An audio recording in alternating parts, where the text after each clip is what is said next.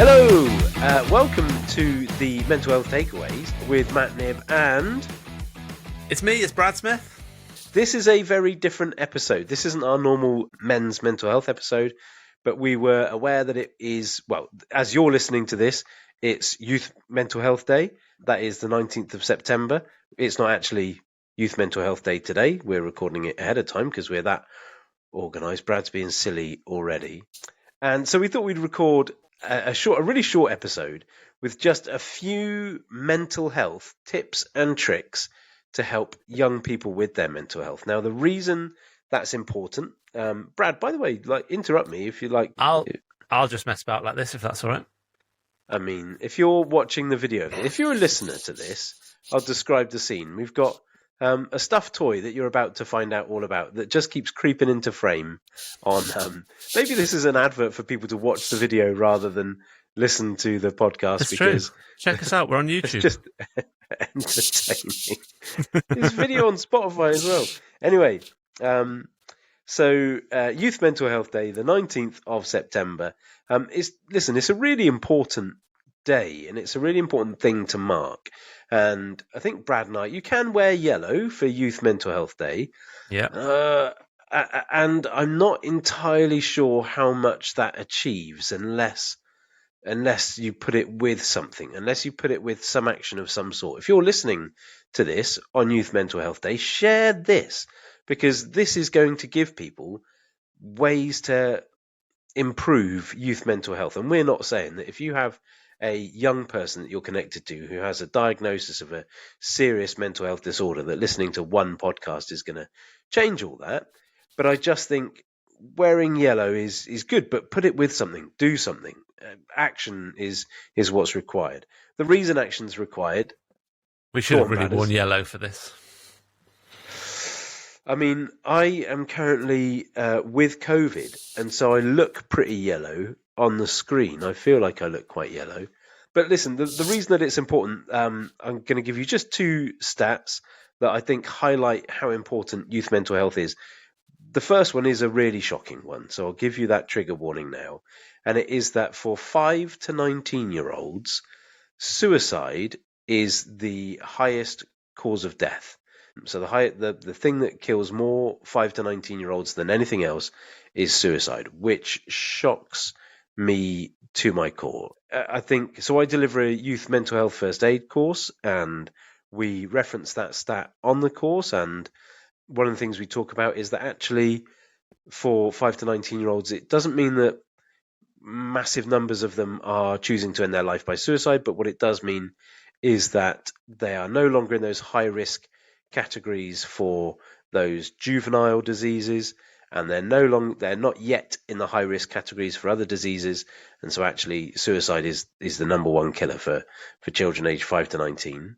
And the other stat I was going to share with you is that in 2022, 18% of children aged 7 to 16 had a probable mental disorder. That's from a NHS survey in 2022.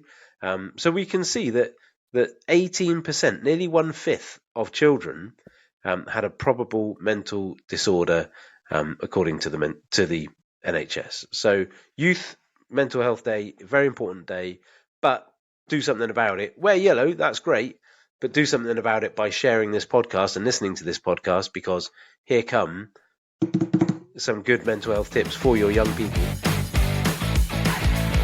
And Bradley, how about, this is going to be a challenge for me, I might have already failed in it, how about we try not to swear in the youth special? It's not a problem for me. It's not a problem for me. Bums. We need to get you. Right. We need to get you one of these zips. You and this zip. Right. Do you want to introduce us to this guy? Who is he? Well, I was gonna start with a bit more knowledgeable, but let's go with this guy. No, so I want your knowledge. No, we'll start with this bit first, and then I'll go into the knowledge. Oh, right. So this is a worry monster. So this is something. It was my little boy's birthday. Not so little anymore. It was his birthday at the weekend, and this is something that he got. It's actually his mum got him this, but I really, really like the idea of it. So it's a worry monster. because I wouldn't have said that my little boy's particularly anxious. He's very sporty. He's good in school, but he's not very good when something is bothering him. And if he's got something on his mind, I can kind of tell, but he's not great at like talking about it. What a typical man. Yeah, oh, men, eh? They're awful. He's not good at it. So even like the other day, I could tell something was bothering him, but he wouldn't come out with it. So yeah, it's a bit of a challenge. So lo and behold, the worry monster arrives, and the idea behind the worry monster, which I just love, and actually he really likes it. It's really soft, very cuddly. Is that actually if you've got a worry, you can write that worry down and you can give it to the worry monster. Okay. Now I took it to the next level, obviously. So Of in course you terms did. of because You're if you're going Brad to write Smith, that's what you something do. down, you need a cookie, don't you? So I made some little cookie things. So what he's got now, and he was buzzing tonight. He is 8, so don't try it on your 16-year-old. Maybe it might work, but he's 8, so he is buzzing with the idea that tonight that actually I brought home these cookies. On the back, if something is bothering him, he can write on that, and then all we're going to do is we're literally going to unzip our worry monster, and then he gets to feed him a cookie, which he just thought was So good. hilarious tonight. So I've said to him, as when he went to bed tonight, I was like, right, we're going to keep, Worry Monster can hang out with you. And at the end of his room, he's got a little sort of shelf. We're going to put all the cookies on there. He's got a pen over there. So if at any point he wants to go and write something in there, he can just do it whenever he wants. He doesn't need to feel like he's sharing. He doesn't need to let me know. And he's going to have one of these at my house and one of these at his mum's house. And then we just check it, and so he knows that the worry monster will eat the worry, and then we'll help do something about it. And the bit that he doesn't know is that we'll find out what it is, and then we'll be able to How help. will you find out? Well, I'm actually a surgeon, and I will open up worry monsters. In fact, here's one that we've prepared earlier. Look, so it's a very precise medical procedure. What I do is I pull his head back like that. I ram my hand in, and then look. Ah, it's a cookie. This There we must go. be quality listening for anybody that isn't watching. This is Basically Brad stuffing his fist in a teddy's mouth. so there it is. So that I thought, because the idea is it's difficult, isn't it? We talk a lot about getting men to talk, and it's different again when we get to kids. I think some kids are great at like talking. You get those classic kids, won't you? They'll just tell you everything, which is wonderful. But then you've got this full spectrum of the kids that will just not talk about it for whatever reason that is, and then kids that will talk about it. So the idea of kind of what we wanted to do tonight was just share some different things, wasn't it? So for different age groups. Do you know what's jumping out at me there, Brad?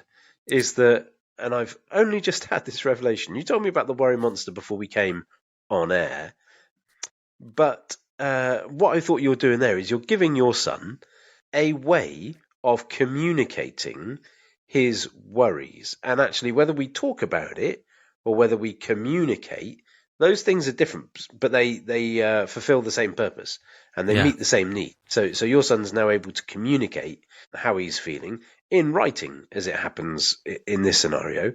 And what I've just realised is one of my personal favourite mental health self-help techniques is journaling. I love nothing more. For me, journaling goes alongside quite a fancy cafe brunch with a decent coffee. But I love nothing more than going to the cafe, sitting there with my journals, writing getting the thoughts out of my head. And actually, what you're doing there, but I almost had to discover that myself. Whereas what you're giving your son is another way of learning. This is a way I can communicate my needs or the things that I'm feeling. This is a way I can communicate the things that I'm feeling by writing them down. What a good thing. That's it. So, and you've just blown my mind because I didn't know you could write. Listen, you like me are a PE teacher or were a PE teacher, and we know what it's like to be persecuted for our perceived level of intelligence. But I can count up to any number you name. I can count well over 100. So Wow. Who's stupid now? Don't. Um, but yeah, I think ultimately the idea behind it is, as parents, we just want to know, don't we? We just want to know if something is Of worrying our course. child. It doesn't matter how we get there. We just want to know because then we can do something about it. Whether that's like then talking to a friend or talking to a teacher or whoever, it doesn't matter, does it? Whatever means we can. So that is the latest arrival in our house, and I really like it. And honestly, seeing his face tonight when he saw the cookies was just great because he thought it was awesome. So there we go. What a win.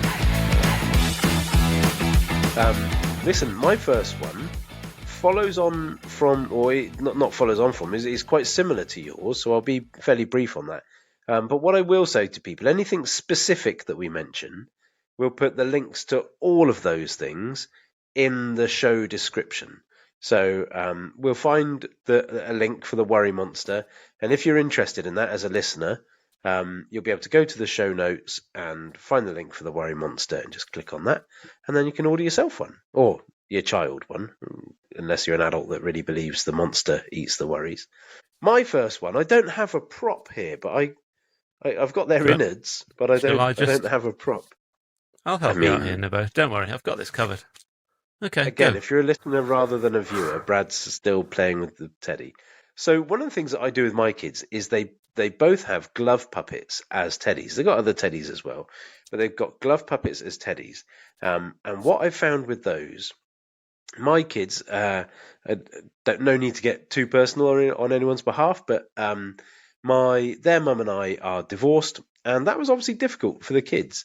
And when we divorced, I knew that there was stuff that the kids were thinking and feeling that they were not sharing with me. I think they were worried about how I would feel about what they were saying. Certainly my eldest probably was.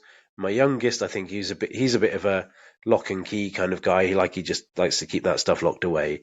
But miraculously, they had, as long as I put a stupid voice on, like, this is going to offend all the Scottish listeners. That's me doing Scottish.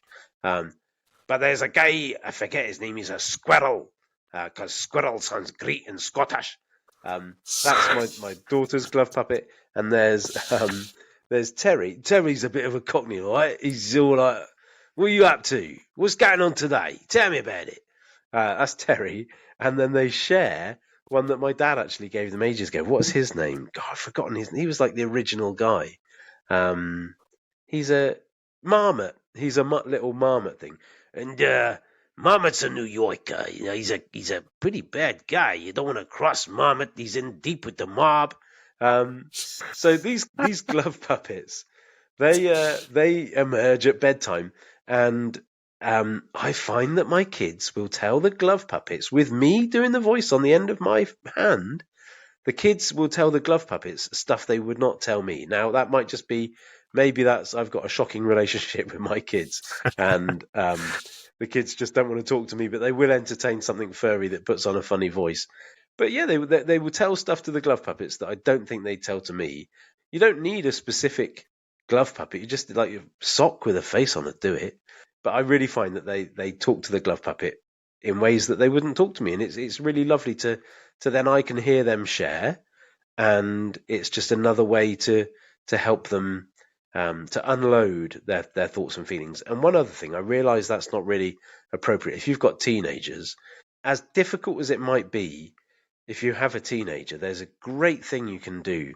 There's a technique in special educational needs teaching called intensive interaction. And intensive interaction is where you mimic what the other person is doing to try to get on the same wavelength as that person, to try to connect. But you can use it with neurotypical teenagers, where you can participate in the same thing at the same time and even not be directly face to face. And the way you do that is you sit next to them, you pick up the spare Xbox controller, PlayStation controller, whatever it is, and just sit next to them. Like as adults, sitting in a car, sometimes it's easier to have a conversation in a car than it is when you're sitting face to face. It's the same. If you can play a game with them and be crap at it. No one needs you to. It's not about being good at the game. It's about sharing that time and space with your teenager. And side by side is really non-confrontational. I think you'll be surprised at how they'll open up and share more than you might have expected. And anyway, it's worth a try. What have you got to do? Brad, what's your next one? Before I give my next one, I just think, leave a comment in any of the available platforms if you would like Matt to do an episode in one of those accents. Just pop that in there and we'll make sure that he does that. We'll put that in the poll for the episode. Who is the most true to life accent? This is Mohammed. He's from New York. And I tell you, he's a bad guy. You don't want to get in with Mohammed. He whacks fools, I tell you. Let's leave that guy there. A little bit scary. Yeah. So I thought something that's kind of relevant for me to share in terms of what I do is I deliver some training to hypnotherapists as well, and that training is about working with young people because, as people who listen to the show know, you and I have both spent a long time working with young people as teachers. And one of the things that I always think is fascinating is talking to people about the differences between the adolescent brain and the adult brain. Because sometimes I think as parents particularly, not so much as teachers, and I tell you for why. All the accents are coming out now. All out tonight. We're offending everyone. When we're dealing with things as a teacher, as an adult, we can generally stay pretty calm. I've always worked in pretty tough schools. I've certainly worked in two of the most deprived areas of the country, let alone in the southwest. But I could always manage that, no matter how much stick we were getting from the kids or how difficult a scenario was, because you're not emotionally involved. As a parent, it's different. So you can deal with all of that stuff. When emotion is involved, that's when it becomes really difficult to manage. So when your own child is doing something, that's why kind of sometimes we can escalate a little bit quicker than we would if it was, another child or something in a work capacity. But sometimes as parents, our kids can drive us a bit mad, can't they? We've just had the summer holidays. I always think, end of the summer holidays, all the teachers are crying, all the parents are like, yeah, party. And one of the things that I think is really important, because as parents, we're like, oh my God, I don't know why they keep doing that. They keep doing stupid stuff, or they keep doing irresponsible stuff, or they keep doing risky stuff. And I've told them, don't do it, and yet they keep doing it. Okay, so here's the brain bit about that. So as a hypnotherapist, I would talk to people about two minds, essentially. We have our intellectual mind, okay, the clever bit, the really positive part, the bit where you make good decisions based on a proper assessment of things. Now, generally, the bit responsible for that is up the front here, up the front here. And then we've got the primitive mind, which is our survival brain. Okay, so it's the bit that, as we evolved as humans, kept us alive. Okay, that's our fight, flight, freeze part of the brain. So, if we were like cavemen and women, it was not in our interest to go, oh, look at that Tyrannosaurus Rex, isn't that cute? I wonder what that eats, because we'd have just been eaten. So back in those days, we'd go, oh my God, it's bloody massive. There's a really large Tyrannosaurus. Look, I don't know if that counts. We'll cut it out of the edit, but Brad did a swear. I'll start again. So we wouldn't go, oh my God, there's Tyrannosaurus Rex, I wonder what it eats. We'd just be gone. But that would keep us alive. Okay, so there's the two brains. There's the context of the two brains. When you were explaining this to me, Bradley, you said that very much that survival part, the word that really chimed in with me, was that's the part responsible for anxiety. Yes. Which makes perfect sense, because anxiety can obviously help to keep us alive if we're worried about scary things and we're going to avoid those scary things. That's it. So, But we live in a very different world now, obviously. Sorry, carry on. So while you mention that point, the primitive mind is where we get our three default settings from. So if we're operating out of our primitive mind, we'll either operate out of anxiety, we'll operate out of anger, or we'll operate out of depression. Okay, now there are 3 default settings, or a combination of all 3. Now, if you think about a teenager, you can probably think about times they were angry. You can probably think about times they were anxious. You can probably think about times they didn't want to come out of their room. And they're all primitive emotions, okay? But they're all survival bits of our brain. So they are important. But like you say, in 2024, it's not that helpful to be angry or anxious or depressed. No. Okay, but we've still got that part of our brain because it is important. Because if something bad did happen, we would want to be operating out of that part of our brain, but it's not very often we need it. So we don't want to let it be in charge. But ultimately, if I come back here, so the brain develops from the back at the bottom forwards to the top.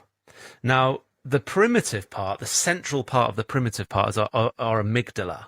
So that is fully developed as a child, which is good because it means a child can do things instinctively to stay alive. That's a good idea. However, the sensible bit, the decision-making bit, the bit that goes, actually, I won't do that because it's really silly and my mum or my dad told me I shouldn't do that, that's not there yet. That's not there. And actually, the fully developed adult mind is not until your mid-20s. So even if you've got an 18, 19-year-old, they're still doing stupid stuff. And it's not their fault because that part of their brain is not fully developed. So the bit that's really fascinating for me about that I always say this is going to help you when you're working with parents, when you're working with children, is like to just recognize like, okay, that's not fully developed. I don't want to get all worked up as a parent because actually just that part of their brain's not ready yet. So I need to chill out. And I am going to have to tell them that again. And I am going to have to tell them not to do that stupid thing again. But that's okay. And I think in knowing that, as a parent or a carer, we can just be like, it's okay. And it's a means of us regulating our emotion level so that if we're getting into an argument, because they'll argue all night, because the rational part's not there. We as the adult are able to go, actually, do you know what? I've got to be the adult here. I've got that part of my brain. And I just need to be in control of this situation. And actually, I'm going to end this now. And maybe we'll talk about it later. But now's not the time. Brad, fascinating stuff. It does put me in mind of comedian Ramesh Ranganathan. I remember him doing a bit about his kids like climbing a wall and him saying, don't do that, you might fall off and hurt yourself. And then when they did it anyway, him finding himself thinking, I really hope you fall off and I really hope you hurt yourself. That's the COVID cough. Yeah, he'd rather be right than have his kids safe. He just preferred that. Yeah, that's it. So just remember that. Remember that part of their brain's just not developed yet. So give them a break. Cut them some slack. But what it does also mean in terms of anxiety levels is they have the full capacity to be anxious. They don't have the full capacity to rationalize things. So we have to do that, don't we? We have to rationalize it for them and we have to help them in whatever way we can. The great thing about it, though, is actually adolescents, their brain is developing very, very quickly. And because new synapses are being formed all the time, they can learn things really, really quickly. So it's not all kind of doom and gloom, but you do throw into the mix, particularly around puberty, all the hormones flying about the place. It's a really difficult time for children and young people of that age. Yeah. So I think just, it helps us to regulate our own emotions and our anxiety and our frustration if we know that actually, there's a lot going on for them. It doesn't always make it easy because they're our kids and they drive us nuts. Even though we love them to the moon and back, they drive us nuts sometimes, don't they? But knowing that, I think, just sometimes helps. Do you know what I'm going to do? I'm going to rattle off my next 3 because I remembered another one that I'm going to put at the end because I think it's really brilliant. So I'm going to rattle off 3 just in quick succession here. So the first one is a book called You Are Awesome. It was written by a psychologist, a guy called Matthew Said. You, as an adult, you might have read his book Bounce or his book Black Box Thinking. He was also an Olympic table tennis player. Incredibly interesting guy. He used to have a podcast with Freddie Flintoff and what's the Savage guy called? Used to be a Rob, footballer for Leicester. Robbie Savage. Robbie Savage. Yeah. I used to have a podcast with him.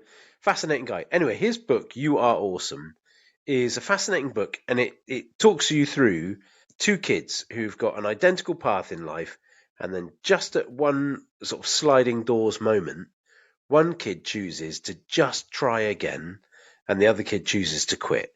And the kid that chooses to try again, you kind of see how his life develops differently throughout the book because that kid has what we know to be a growth mindset. Now, I think there's an awful lot of overlap with the concept of mindset and the concept of mental health.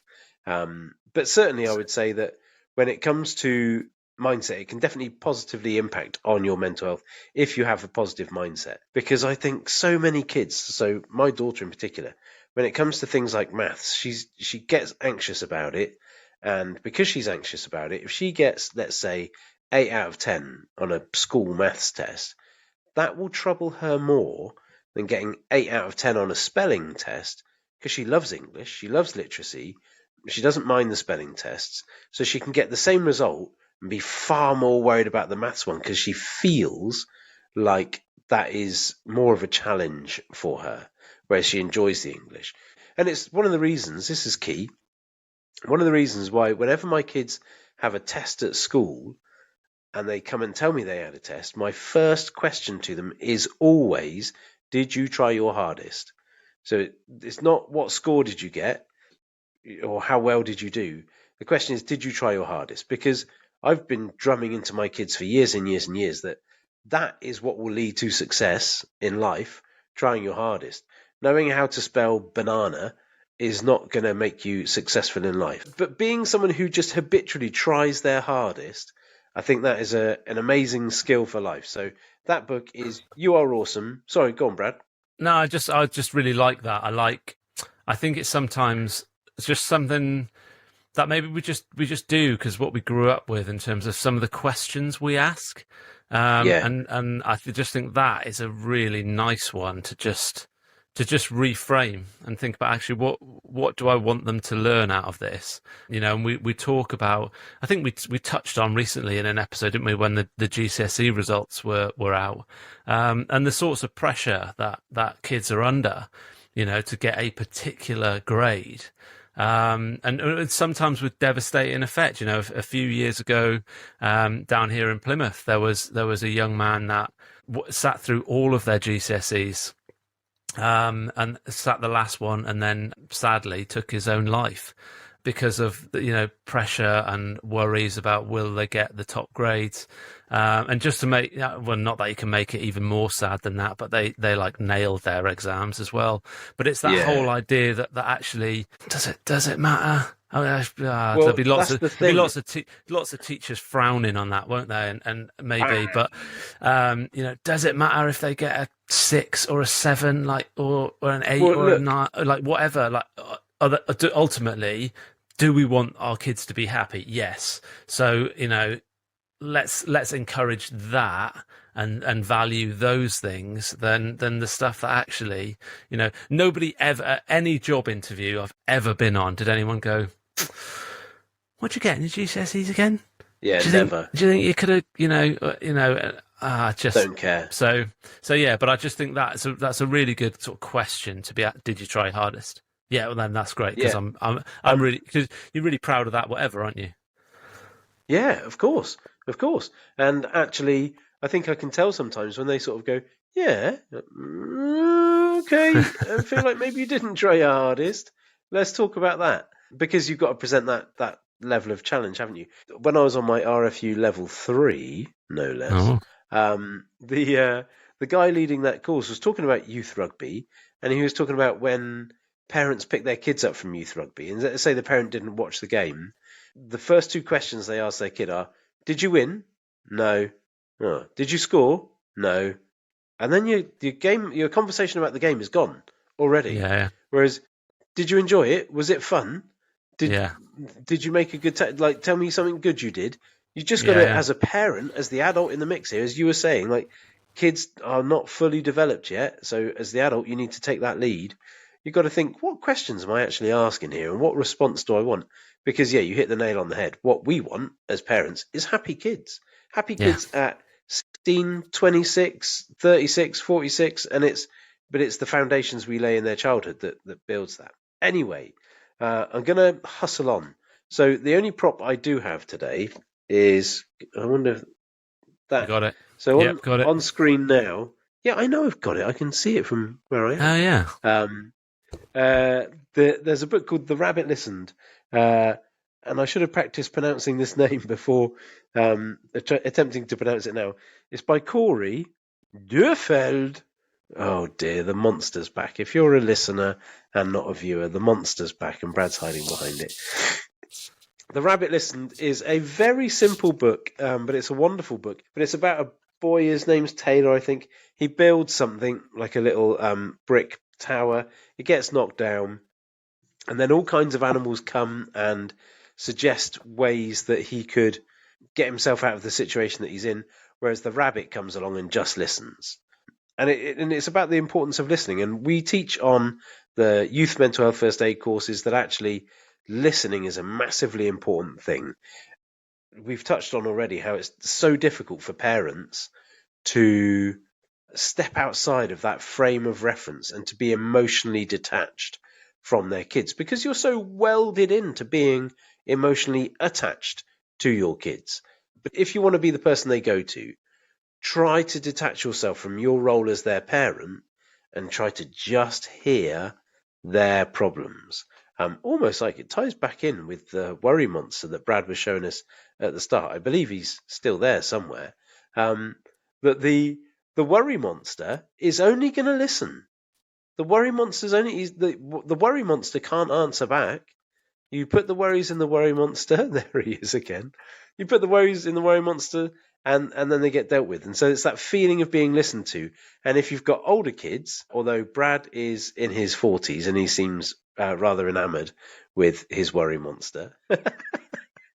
But if you've got older kids that the worry monster isn't really relevant for, just try to be that worry monster. Try to be someone who just listens, doesn't offer solutions, doesn't offer advice. You just hear what your young person has to share and take that on board with no reason, with no attempt to reply. I was just going to sort of come in on that and say that I think sometimes as parents we can feel the need to fill, and we feel the need to have the answers and to fix. But actually, just being able to listen is so important, isn't it? And to just give them the space. And whilst as a parent or a carer, we might feel like we're not doing everything that we can, that might be all that they need. And also it gives us time to also process what they're talking about. And it might be that we need to go away and we might need to have a conversation, or we might need to look something up before we come back. So don't be afraid of just quiet, and because often it's just knowing that the person is there. Yes. I think tonight my little boy's a bit poorly tonight as well, actually, as it happens, and he was just cuddly. He didn't want to talk about anything, and not because anything was worrying, but because he just felt a bit poorly. He just wanted to cuddle and know that I was there. Yeah. So and I think that's still true of teenagers. They might find it a bit more awkward in that scenario. Maybe I think they just want to feel listened to sometimes. Well, my daughter is 11, and the number of times, once I put my youngest to bed, I come back downstairs and I'll look at the kitchen and there's washing up to do, and then my eldest is in the lounge watching telly, and I will consciously think, I could do that washing up. I need to get that washing up done. But I've got to sack that off for now. I just want to go and sit with her. And she wants me to go and sit with her as well. She wants me to be close. And that's the far more important thing. So I think as a parent, it's really easy to fall into that trap of thinking, what's the next job? Certainly as a single parent, you're just trying to keep on top of all the tasks that need doing. And if you're going somewhere the next day, you've got to start making the packed lunch tonight so it's ready for them, blah, blah, blah, blah, blah. Whereas actually, what your kids really want is you to connect with them. So, a really big thing. Right, the last of my quick fire ones, and then I'll hand back over to you, Bradley, is a concept called the 7 C's of resilience. So I've done a wonderful Instagram post about this. The 7 C's of resilience are brilliant. So I think when people think of resilience, so the same way that I think adults think about stoicism, I think people think, well, I'll have a tough kid, a kid that won't cry, and a kid that will be just like hard. And that isn't what the 7 C's of resilience are all about at all. It's about trying to teach your child how to just accept failure and to be okay with that and to be able to move on. So I'll tell you what the 7 C's are, but you can Google these 7 C's of resilience. They're everywhere. But the 7 C's are competence, confidence, coping, control, character, connection, and contribution. So yeah, the 7 C's of resilience, when you read around them, they just go to explain how those 7 C's can build a child or help to build a child who views the world in a really positive way and therefore can take the world on in a really positive way. So that's a top tip from me about youth mental health. It's got things in there about behavior management or coping with difficult behavior. And actually, the more as a parent you can try to emphasize those 7 C's, the better, really. Right, Bradders, I've got one more to finish on, but Cool. what have you got ahead of that? I'm gonna chuck 2 in there actually. Yes. And so one of the things that we talk about in my school is because we're a trauma informed school, so we all use sort of trauma informed practice, and put in its simplest form, the thing that people are reminded of day in, day out is that all behaviour, whatever you're seeing in front of you, all behaviour is communication. And when we kind of think about things in that way, again, it allows us to change how we respond. And I'll give you an example of it. So I was in my classroom the other day, and we've got a relatively new student coming in. He was working with a learning mentor one-to-one, and he was becoming dysregulated. He came into my room, he was booting stuff around, and he was just really dysregulated. And I'd met him a couple of times, and so I had a little bit of a relationship with him. And then he sort of stormed out, and he was huffing and puffing, and the learning mentor, who was quite new as well, wasn't entirely sure where to go with it. And so I just thought, actually, you just hang on here and I'll just go and have a word with him. And I went out into the hallway. And I think sometimes our instinct is to be like, what are you doing? You can't behave like that. It's really disrespectful, rah, rah, rah. But the way that we deal with things in a trauma-informed way is that I actually just went out there and I just went, are you okay, mate? I said, it seems like something's really bothering you. Now, he couldn't really respond to me with any sort of aggression, with anything, when I present like that. Because actually, I'm just trying to find out if he's okay. Because he's not. I know he's not. No kid wants to be storming around the house, kicking doors or punching. They don't want to do that. They just don't know how to express themselves. So again, it's one, I guess, as for parents and carers, about regulating our emotions and not flying off the handle and jumping down at them. But actually, when you approach them in that way, it immediately de-escalate things. And actually, he was just able to talk to me, because it just brought him down straight away. And he was like, yeah, I'm a bit tired. And he just told me about a few other things. And I basically said to him, I said, look, you've got all this energy, haven't you? I said, how about I see if I can find you a football and you can go with Miss and wander down the park down the road and have a bit of a kickabout. I said, would that be good for you now, just think? And he was like, yeah. And that was it. It was done, and it was dusted. And it didn't solve the problem. But what it does is it manages that situation, and it puts him in a position to be able to talk if he wants to. And very often kids do. And it's different in that environment, because I'm a teacher, and so it's not always like that with parents. It's probably one of the frustrations of being a parent, isn't it? It's like, just tell me what the problem is and I'll fix it. But the way that we approach things, really, really important. So just think of whatever behavior is in front of you, it's a form of communication. So let's just find out how they are and what's going on. So it goes back to your point about what's the question we're going to ask. And, yes. What sort of response are we going to get? Because if you go flying in there, like that you're going to be met with that. They're going to mirror that because of your mirror neurons in your brain. So yeah, that's that one. Did you have something to add to that before I just mention my last one, which is just I was going to say that parents of kids, I don't know what age this stops. My eldest is 11 and she doesn't do it anymore. My youngest is 8 and he definitely does do it. It's like you got to address the needs in order of how urgent those needs are in order to be able to get anywhere. So my little boy, I'll tell him it's time to come and practice his spellings or do his reading. His reading is an absolute classic one. And I'll say to him, do you think it'd be good to just pop for a wee before you sit down and do your reading? No, don't need a wee. I'm fine. And then, my God, he's sitting there like sort of like that Australian breakdancer that was terrible, like just doing everything.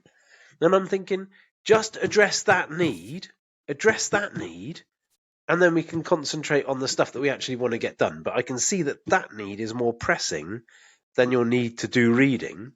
So go and address that need. And it's the same with your angry kid. Let's address that need of that energy being at boiling point and just ready to spill over. Let's address that need and let you get some of that energy out in a healthy, positive way with taking a football down to the park and booting it around a bit. Let's address that need. And then after that, there'll be a great opportunity for talking. But let's just address the most urgent need first. That's all I was going to say about that. Yeah, I thought it was a really good example. Nice. And then my last one is, again, probably more for younger kids for this one. But there's and this is an easy one because actually you can put them in front of the TV for this one. There is a program, I think it's on Amazon Prime, and it's called Pete the Cat. Now, it's a really, really good program. Now, like Bowden used to love it, and we'll still watch it now, actually. But it's really good because it's quite an entertaining kids TV show, cartoons, but it deals with lots of things without them really kind of knowing that's what the thing is.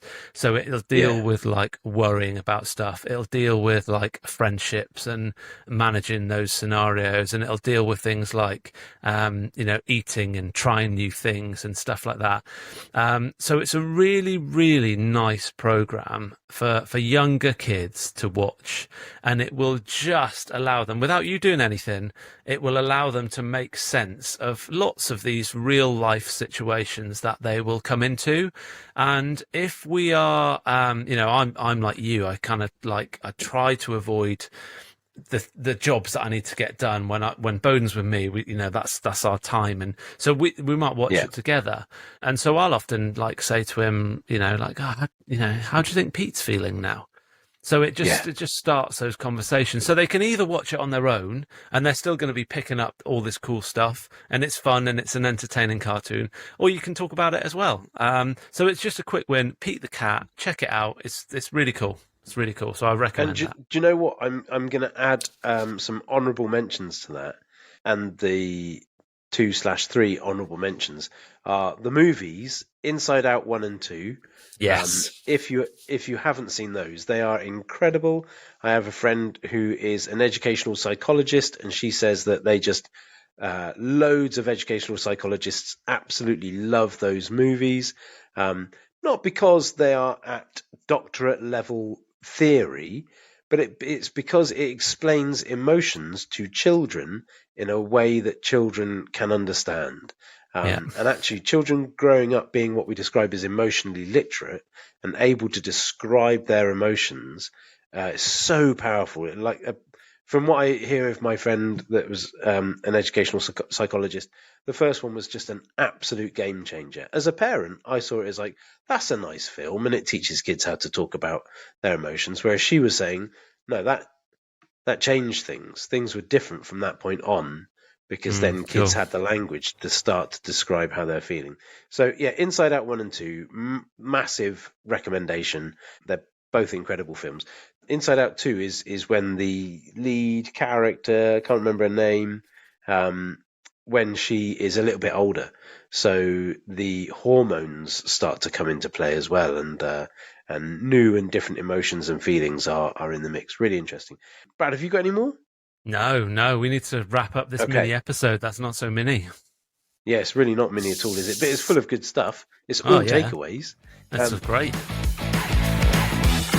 Right, my last recommendation is, I'm aware that a lot of the stuff that we've put out is maybe for slightly younger children. So the last one is for anyone with access to a mobile phone. So my daughter's 11. She's just got her first phone as she was going into year 7.